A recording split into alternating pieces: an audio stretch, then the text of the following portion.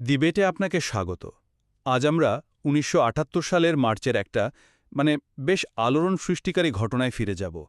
সেই সময় সরকারি পুনর্বাসন প্রকল্প দণ্ডকারণ্য থেকে, যা ছিল বাংলা থেকে বহু দূরে একটা বিশাল আর বেশ প্রতিকূল এলাকা।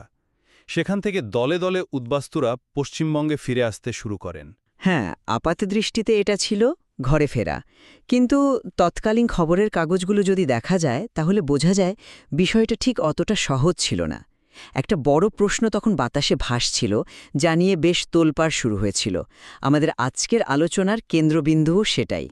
দণ্ডকারণ্য থেকে উদ্বাস্তুদের এই প্রত্যাবর্তন কি নিতান্তই স্বতঃস্ফূর্ত ছিল, নাকি এর পেছনে কাজ করছিল কোনো পরিকল্পিত উস্কানি বা বলা যায় গভীর কোনো ষড়যন্ত্র? ঠিক, আমি এই আলোচনায় সেই অবস্থান নেব যা মনে করে এই ঘটনাটি ছিল একটি সুপরিকল্পিত উস্কেনিরই ফল, যার পেছনে নির্দিষ্ট উদ্দেশ্য ছিল। আর আমি যুক্তি দেব যে কোনো ষড়যন্ত্র নয়, এটি ছিল মূলত দণ্ডকারণের অসহনীয় পরিস্থিতি থেকে মুক্তি পেতে চাওয়া একদল হতাশ মানুষের মরিয়া চেষ্টার একটা স্বতঃস্ফূর্ত প্রতিফলন। তাহলে আমি শুরু করি। আমার মতে দেখুন, ১৯৭৮ সালের এই ঘটনাকে শুধু কিছু মানুষের ঘরে ফেরার আবেগ দিয়ে ব্যাখ্যা করাটা আমার মনে হয় একটা বিরাট সরলীকরণ হবে। এর পেছনে একটা সংগঠিত চক্রান্তের ছায়া বেশ স্পষ্ট। প্রথমত, ১৪ই মার্চ ১৯৭৮-এর যুগান্তর পত্রিকার প্রতিবেদনটি যদি আমরা দেখি, সেখানে কিন্তু শুধু গুজবের কথা বলা হয়নি।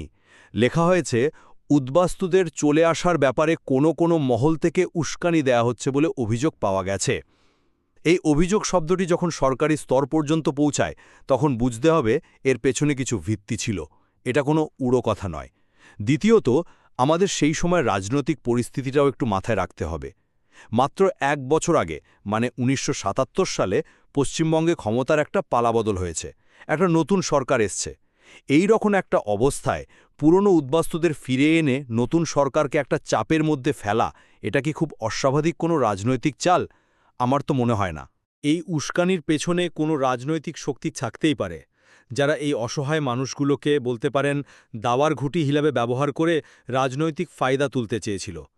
আর সবচেয়ে বড় যে প্রমাণটি আমার যুক্তিকে সমর্থন করে, তা হল উদ্বাস্তুদের আচরণ। তারা তাদের শেষ সম্বল, সাইকেল, গরু, এমনকি মাথার ওপরে টিনের চালা পর্যন্ত বিক্রি করে দিয়ে আসছিলেন। আপনিই ভাবুন তো একবার, কোনো সুনির্দিষ্ট এবং জোরালো আশ্বাস ছাড়া একদল মানুষ কেন এভাবে সর্বশান্ত হয়ে একটা অনিশ্চিত যাত্রায় নামবে? নিশ্চয়ই তাদের বলা হয়েছিল, তোমরা সব ছেড়ে চলে এসো, পশ্চিমবঙ্গে তোমাদের জন্য নতুন করে সব ব্যবস্থা করা আছে। এই প্রতিশ্রুতি ছাড়া এত বড় ঝুঁকি কেউ নেয় না। আর সবশেষে সরকারের প্রতিক্রিয়া। ব্যাপারটা এতটাই গুরুত্বপূর্ণ ছিল যে কেন্দ্রীয় পুনর্বাসন দপ্তরের ডিরেক্টর জেনারেল এবং পশ্চিমবঙ্গের উদ্বাস্তু সচিবের মতো শীর্ষ কর্মকর্তারা একটা তদন্তকারী দল নিয়ে দণ্ডকারণ্যে ছুটে গিয়েছিলেন। কিছু মানুষ হতাশ হয়ে ফিরে আসছে, এই কারণে কি এত উচ্চ পর্যায়ে তদন্ত হয়? হয় না। সরকার নিশ্চয়ই একটা সংগঠিত ষড়যন্ত্রের গন্ধ পেয়েছিল এবং এর মূল হোতাদের খুঁজে বের করতে চেয়েছিল। আমি আপনার এই ষড়যন্ত্রের তত্ত্বটিকে একটু অন্যভাবে দেখছি। মানে, আমার কাছে এটাকে একটা জটিল মানবিক ট্র্যাজেডির একটা সহজ ব্যাখ্যা বলে মনে হচ্ছে। আপনি যে উস্কানির অভিযোগের কথা বলছেন, সেটা দিয়ে শুরু করি। প্রতিবেদনে কিন্তু অভিযোগ শব্দটি ব্যবহার করা হয়েছে, কোনো প্রমাণিত তথ্য বা কোনো ষড়যন্ত্রকারীর নাম কিন্তু উল্লেখ করা হয়নি। প্রশাসনিক ব্যর্থতা ঢাকার জন্য বা ঘটনাটিকে অন্য খাতে বয়ে দেওয়ার জন্য এই ধরনের অভিযোগ সামনে নিয়ে আসাটা একটা খুব পুরনো কৌশল। আর দণ্ডকারণ্যের জীবন যে দুর্বিষহ ছিল, এটা তো কোনো গোপন কথা নয়। ওখানকার মাটি ছিল চাষের প্রায় অযোগ্য, পানীয় জলের তীব্র অভাব ছিল, আর তার ওপর ছিল স্থানীয় আদিবাসী জনগোষ্ঠীর সঙ্গে উদ্বাস্তুদের একটা লাগাতার সংঘাত। বছরের পর বছর এই পরিবেশে টিকে থাকার লড়াইয়ে হেরে যাওয়ার পর মানুষের ধৈর্যের বাঁধ ভাঙ্গাটাই তো স্বাভাবিক। এই ব্যর্থতা ঢাকার জন্য স্থানীয় প্রশাসন যদি উস্কানির গল্প ছড়ায়, আমি একদমই অবাক হব না। এবার আসি উদ্বাস্তুদের আচরণের কথায়। আপনি সংগঠিত পরিকল্পনার কথা বলছেন, কিন্তু রায়পুরের ঘটনাটা দেখুন। প্রায় ৪০০ উদ্বাস্তু বিনা টিকিটে ট্রেনে ওঠার চেষ্টা করছেন। একটা সুসংগঠিত ষড়যন্ত্রে কি যাতায়াতের মতো প্রাথমিক বিষয়গুলো এত বিশৃঙ্খলভাবে হয়? আমার তো মনে হয় এটা তাদের চরম আর্থিক দুর্দশা আর অসহায়তারই ছবি তুলে ধরে। কোনো ষড়যন্ত্রকারী যদি তাদের আনত, তাহলে অন্তত ট্রেনের টিকিটের ব্যবস্থা করেই আনত। সবশেষে পশ্চিমবঙ্গ সরকারের কঠোর অবস্থান। রাজ্যের মুখ্য সচিব পরিষ্কারভাবে জানিয়েছিলেন যে ফিরে আসা উদ্বাস্তুদের কোনো রকম সরকারি সাহায্য বা ডোল অর্থাৎ খয়রাতি সাহায্য দেওয়া হবে না, তাদের নিজেদের টাকায় টিকিট কেটে ফিরতে হবে।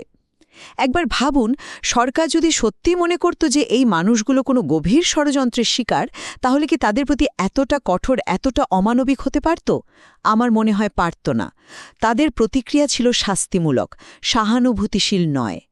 এটাই প্রমাণ করে যে তারা বিষয়টিকে ষড়যন্ত্র হিসেবে দেখছিল না। আপনি অভিযোগ শব্দটিকে খুব হালকাভাবে দেখছেন।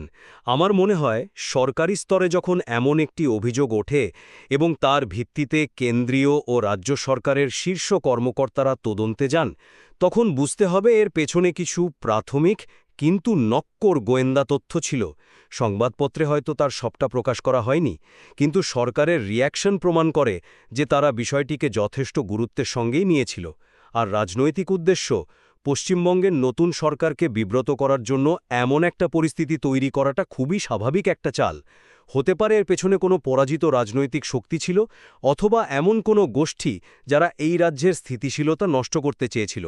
আমি আপনার যুক্তির সাথে ঠিক একমত হতে পারছি না, কারণ আমরা এখানে যা আলোচনা করছি তা তো ওই সংবাদ প্রতিবেদনের উপর ভিত্তি করে। সেখানে কোনো গোয়েন্দা তথ্যের উল্লেখ নেই। আপনি যেটা বলছেন সেটা একটা অনুমান।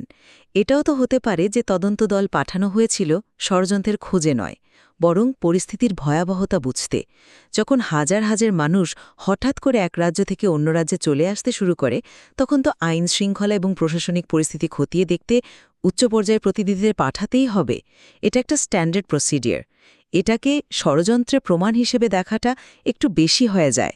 যতক্ষণ আমরা জানতে পারছি কারা উস্কানি দিচ্ছে এবং কেন দিচ্ছে, ততক্ষণ এই অভিযোগটি আমার কাছে ভিত্তিহীনই মনে হবে।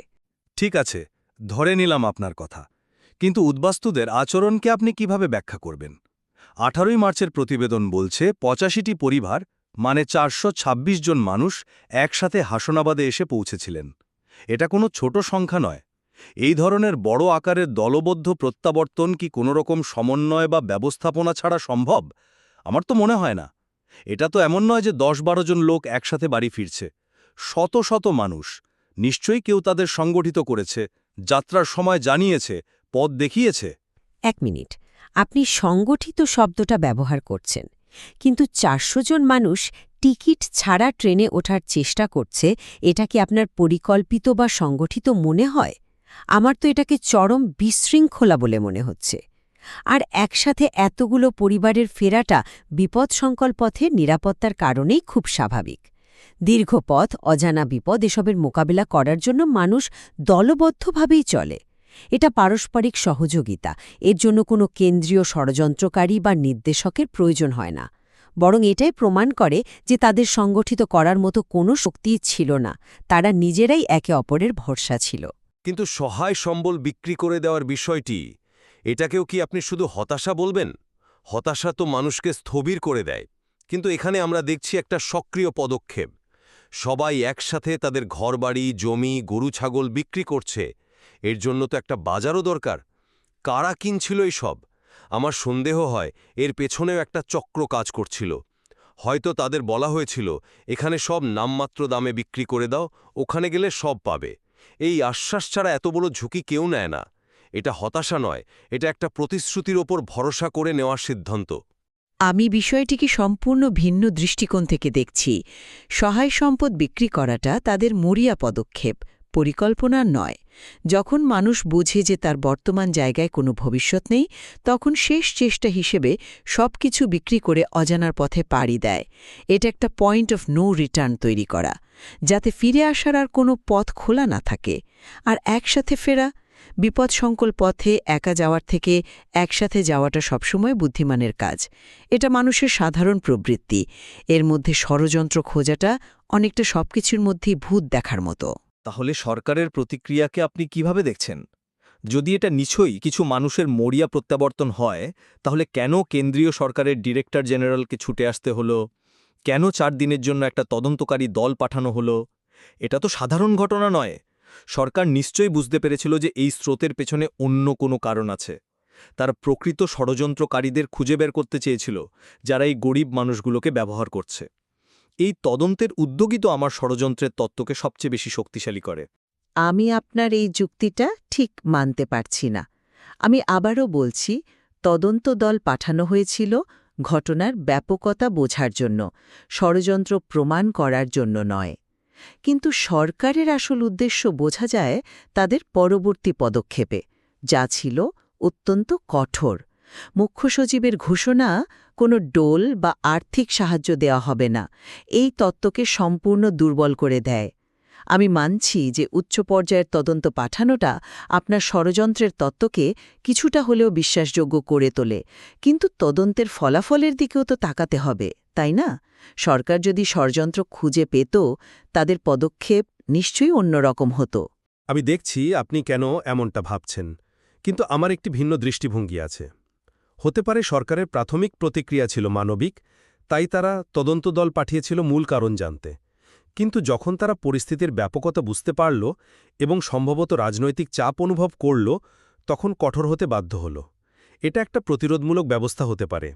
তারা হয়তো এই কঠোর বার্তা দিয়ে বাকি হাজার হাজার উদ্বাস্তুকে বোঝাতে চেয়েছিল যে তোমরা এসো না, এখানে কিছুই পাবে না, যাতে এই জনস্রোত একটা ভয়ঙ্কর মানবিক বিপর্যয়ের চেহারা না নেয়। এটা ষড়যন্ত্রকারীদের পরিকল্পনা ব্যর্থ করার একটা উপায়ও হতে পারে, কঠোর হয়ে তাদের চালটাকেই নষ্ট করে দেওয়া। সেটাই তো আমার বক্তব্য। সরকার যদি মনে করত যে এই মানুষগুলো কোনো চক্রান্তের অসহায় শিকার, তবে তাদের প্রতি এমন অমানবিক ও কঠোর মনোভাব দেখাত না, বরং তাদের সাহায্য করে ষড়যন্ত্রকারীদের উদ্দেশ্য ব্যর্থ করে দিত। তাদের আশ্রয় দিয়ে, খাবার দিয়ে বলতে পারত, দেখো, আমরা ষড়যন্ত্রের শিকার মানুষদের পাশে আছি। কিন্তু তারা তা করেনি।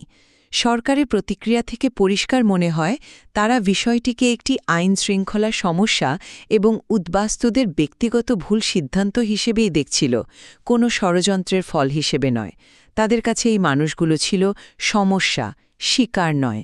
এই কঠোরতাই প্রমাণ করে যে সরকার তাদের স্বতঃস্ফূর্তভাবে ফিরে আসা একটি জনগোষ্ঠী হিসেবে বিবেচনা করেছে। প্রাপ্ত তথ্য বিশ্লেষণ করলে আমার অবস্থান স্পষ্ট। ১৯৭৮ সালে দণ্ডকারণ্য থেকে উদ্বাস্তুদের প্রত্যাবর্তন কেবল সাধারণ ঘরে ফেরা ছিল না। এর পেছনে উস্কানির জোরালো অভিযোগ, পরিকল্পিতভাবে শত শত পরিবারের সহায় সম্পদ বিক্রি করে দেওয়া এবং কেন্দ্রীয় ও রাজ্য সরকারের উচ্চ পর্যায়ের তদন্তের মতো ঘটনাগুলো একটা গভীর ও পরিকল্পিত চক্রান্তের দিকেই নির্দেশ করে। শেষ পর্যন্ত আমার কাছে যেটা সবচেয়ে রহস্যজনক মনে হয় তা হল, এত বড় একটা ঘটনা, অথচ উস্কানিদাতা হিসেবে কারোর নামই উঠে এলো না। এটা কি নিখুঁত পরিকল্পনা, নাকি আসলেই কোনো উস্কানি ছিল না? এই ধোঁয়াশাটাই আমার সন্দেহকে আরও বাড়িয়ে দেয়। অন্যদিকে আমার মতে এই ঘটনাকে একটি সুনির্দিষ্ট ষড়যন্ত্র হিসেবে চিহ্নিত করার মতো যথেষ্ট নক্কর প্রমাণ আমাদের সামনে নেই। একটি অপ্রমাণিত অভিযোগের ওপর নির্ভর করে কোনো সিদ্ধান্তে আসাটা যুক্তিসঙ্গত নয়, বরং দণ্ডকারণ্যের কঠিন পরিস্থিতি, টিকে থাকার লড়াইয়ে ব্যর্থতা, উদ্বাস্তুদের মরিয়া আচরণ এবং পশ্চিমবঙ্গ সরকারের কঠোর মনোভাব, এই সবকিছু একসাথে বিবেচনা করলে এটিকে একটি স্বতঃস্ফূর্ত এবং হতাশাজাত প্রত্যাবর্তন হিসেবে দেখাই অনেক বেশি বাস্তবসম্মত বলে মনে হয়।